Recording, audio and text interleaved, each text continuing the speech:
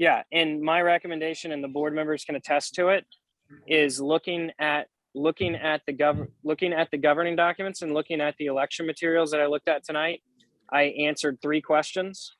Talisha and I are confirming that that is all the actual evidence and all the association records. If it's not, and there are other facts, that changes.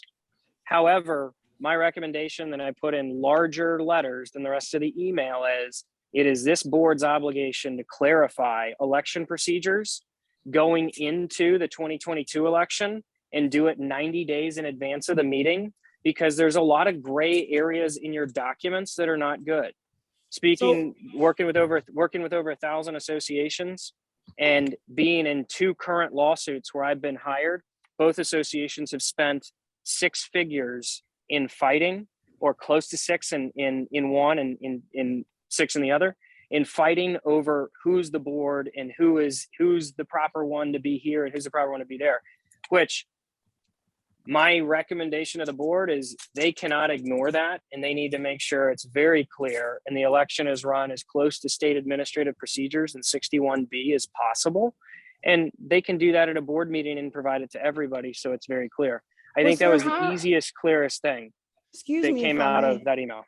Excuse me if I may. Well, how are we moving forward if you've seen the gray area already of what took place in 2021? How can we move to 2022 when 2021 was not done properly?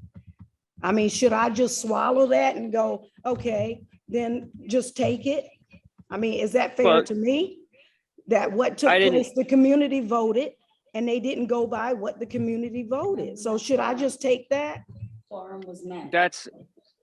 Hang on a second. That's extrapolation on top of what we were just talking about, but I hear what you're saying.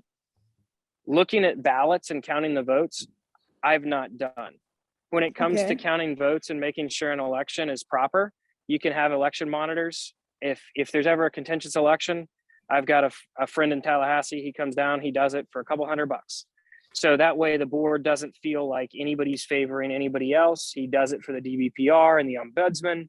You can do it in HOAs too via voluntary. So, I mean, with regard to fair election, I wasn't at the last election, nor have I looked at nor confirmed the results of the last election. The only thing that I've done is look at the seats and look at the ballots and look at the seat terms in order to keep staggered terms intact.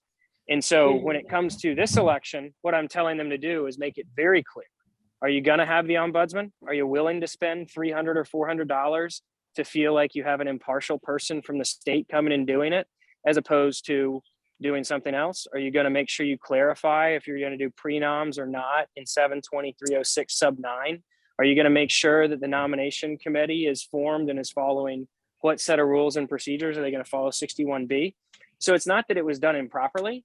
It's that your governing documents are older. The people that wrote them, they're fine.